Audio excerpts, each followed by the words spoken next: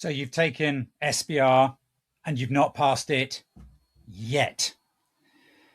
This video is going to help you with some tactics, with some guidance, with some structure to help you go again, because that's what you've got to do. Yeah, you're not the only one, and I'm here to give you some constructive advice. My name is Tom Clendon, and I'm an ACCA independent online lecturer. Now let's look at the exam questions one by one by one. Question one, it's on pre-populated spreadsheets, it's on group accounts. Did you do well at that question? Probably you did. Did you do that question first? Probably you did. And I think therein lies a potential problem, because if you do that question first and you overrun on your time, then you're on the back foot for the rest of the exam. I would advise you not to do question number one first. Maybe you didn't do well on question one. Maybe you got a P&L and you don't like P&Ls. Maybe you got a cash flow and you don't like cash flow. Tough. You can't blame the exam.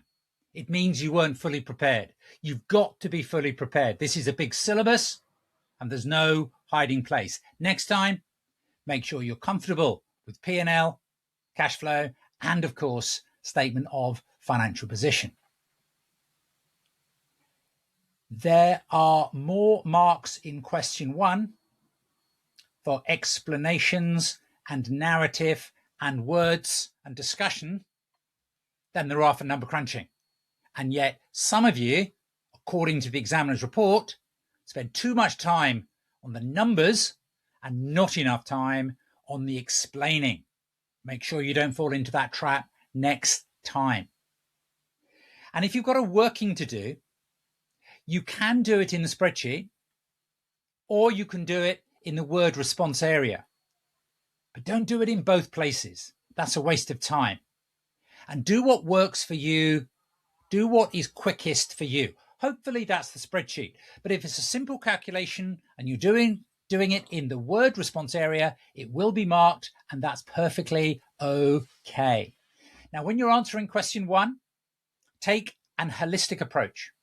So if you're asked to update the pre-populated spreadsheet, but also to explain and discuss the adjustments you're making, do the explanation and the numbers at the same time. Yeah, that is a more time efficient way of approaching the question. Don't bother cross-casting. Yeah, in the pre-populated spreadsheet, don't create the final column. Waste of time. All right, there are no additional marks for doing so. I know the model answer has it. I know the model answer is perfect. Your answer doesn't need to be perfect. And there are, I repeat, no additional marks for getting the balance sheet to balance or presenting the final column. Ethics comes up in question two. It's only a 20-mark question. It's the shortest question in the exam. I would do it first. This would be my go-to question when I opened up the exam, because it's easier to manage your time. You know it's coming up, and it means you can start, I hope, strong. In tackling this question, it's really important, really important that you read the requirement and the exhibit and you think, why are you being told the person is qualified? Why are you being told that they're newly appointed? Why are you being told about the business model? Why are you being told about the relative, who is a senior director? All of these things are relevant to the case and need to be brought out in your answer because they're informing the ethical dilemma. Yeah. Now, if you're going to pick up professional marks, and there are 2 professional marks in the ethics question, it's good to show evidence of planning. It's good to have structure to your answer. So think about using headings in your answer. Now, those headings might be situations that are presented in the case, or they might be linked around the particular ethical principles. You may not have all 5 ethical principles in a question. You have to plan around the actual question itself. And please do not just write out the pillars. Please do not just write out the ethical principles. It's assumed you know them. What's being tested is apples. What's being tested is your ability to take your knowledge of the ethical principles and apply it to the scenario. And make sure you always include action points, relevant action points. Okay. Now, IFRS, it bleeds throughout the whole exam, but it's here very concentrated in question 3. And what I would say is that breadth is more important than depth. You need to know something about every standard. Investment properties, held for sale, share-based payments, government grants, they can all come up. They can all come up in the same question. So it's important that you know something. Don't obsess with the detail. Now, where are you going to get your information from? Well, the Study Hub. It's a free resource. You can access that through your My ACCA account. ACCA also has a very good YouTube account for SBR, but so do I. If you search Tom Clendon on YouTube, you will find my YouTube account, and there's plenty of free resources there for you to look at. Ideally, you're searching out fresh resources, not just relying on the stale resources that got you into the need to reset. Try and find something that is fresh. Try and find something that is different.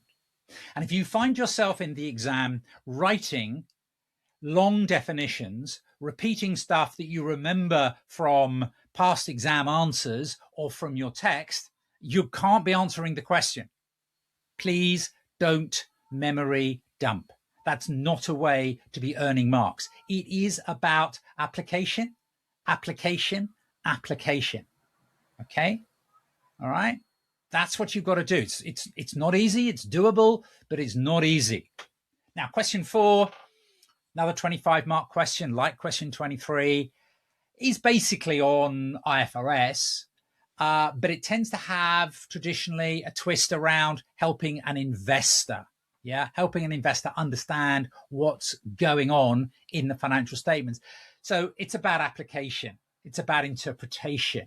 It may be about sustainability reporting. To be prepared for this exam, you must know S1, S2.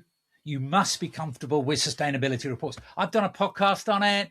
I've done some YouTube material on it. ACCA have done articles on it.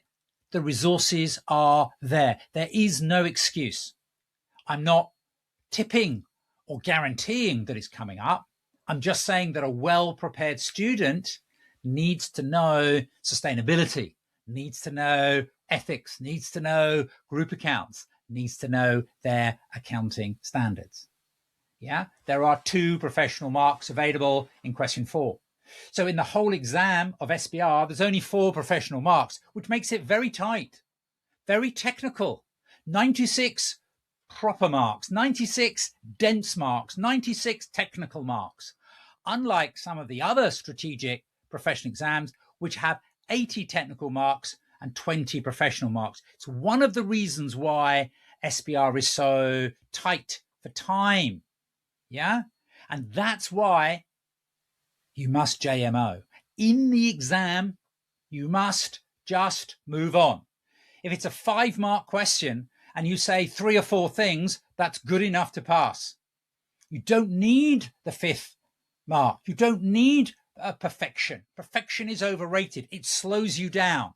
You've only got 3¼ hours to put down all of your knowledge to answer the question to the best of your ability. And you are going to practice mocks. You are going to do the ACCA, pre-exam mock. That'll be different from last time. Promise me you'll do that. Make yourself accountable. Tell your tutor you're going to do that. Tell your somebody you know who's an ACCA member you're going to do the mock. Tell a fellow student you're going to do the mock. Make yourself accountable. Ask them to have a look at your answer. Yeah, get real. Get hands-on. All right, get practicing. Yeah, Thank you so much for listening. My name is Tom Clendon, and I help students pass their SBR exam. And I'm very grateful for ACCA to give me this opportunity to talk to you today. Yeah, happy studying, happy revising. It's not easy, but it's worth it.